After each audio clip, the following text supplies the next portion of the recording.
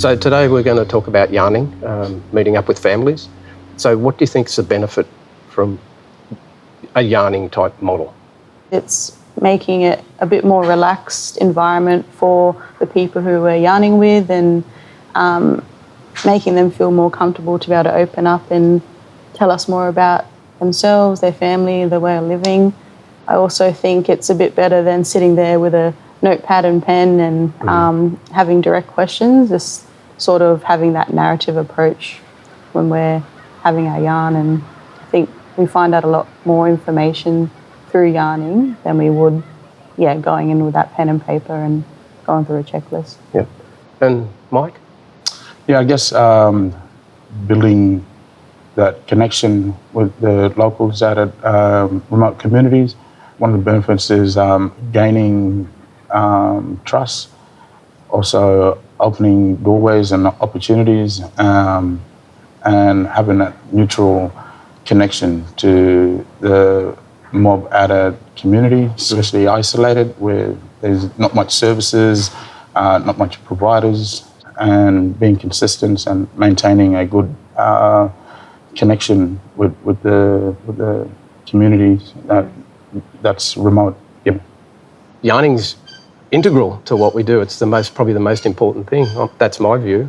And I think that's mostly because to come in and do things very formally, particularly in remote communities, they're not comfortable with that. And I think people are more comfortable sitting and talking. So if you take a yarning approach, which is sitting and chatting, it's just more natural and comfortable for people. Yeah. That's my view.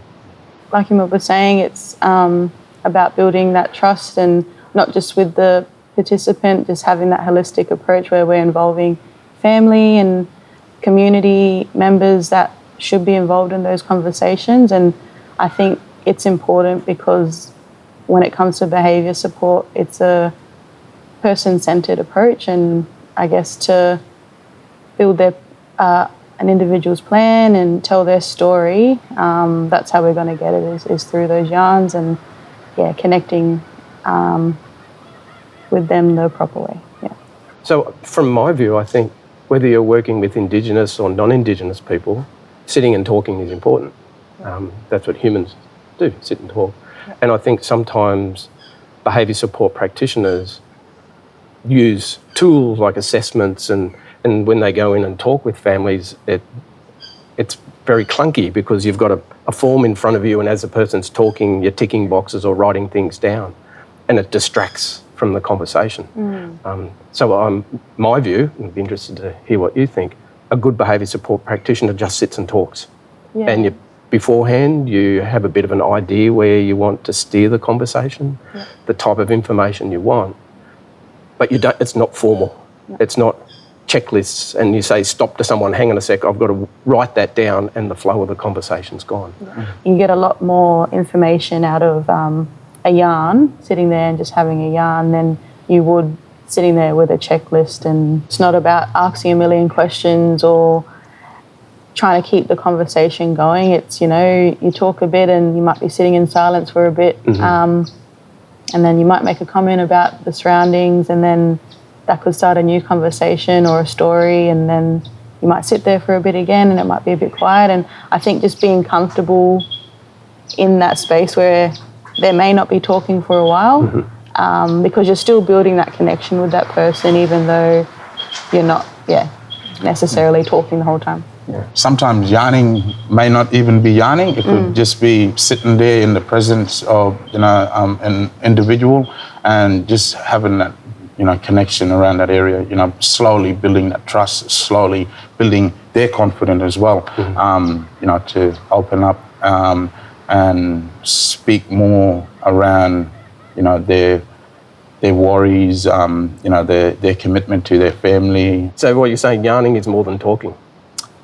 It's sitting with people. Sitting and being, Yeah. Which is one of the things I find interesting, because a lot of behaviour support practitioners are uncomfortable in silence. They feel like they've got to take the initiative and fill the space. And I think sometimes, and what I've learned is sitting and being with someone in silence is important. And sometimes that's very uncomfortable for practitioners Yeah. to sit in that silence. Yeah. And it might just look like sitting there and having a cup of tea or coffee with the participant and, not saying anything, just being with them and keeping them company. And you might play some music as well or nothing, just silence, just enjoying the serenity and, Yeah. just being there with them. And I think that means a lot to our participants as well, just having that company of someone else who, I think in that moment they're feeling like, oh, this person wants to sit here. I'm not talking to them. Yeah. I'm not interacting to them, but they're still here. Yeah. So they must really want to, get Be to here. know me, and be here. Thanks, Hannah and Michael, for chatting with us about yarning and how important it is when you go out into community, particularly remote communities.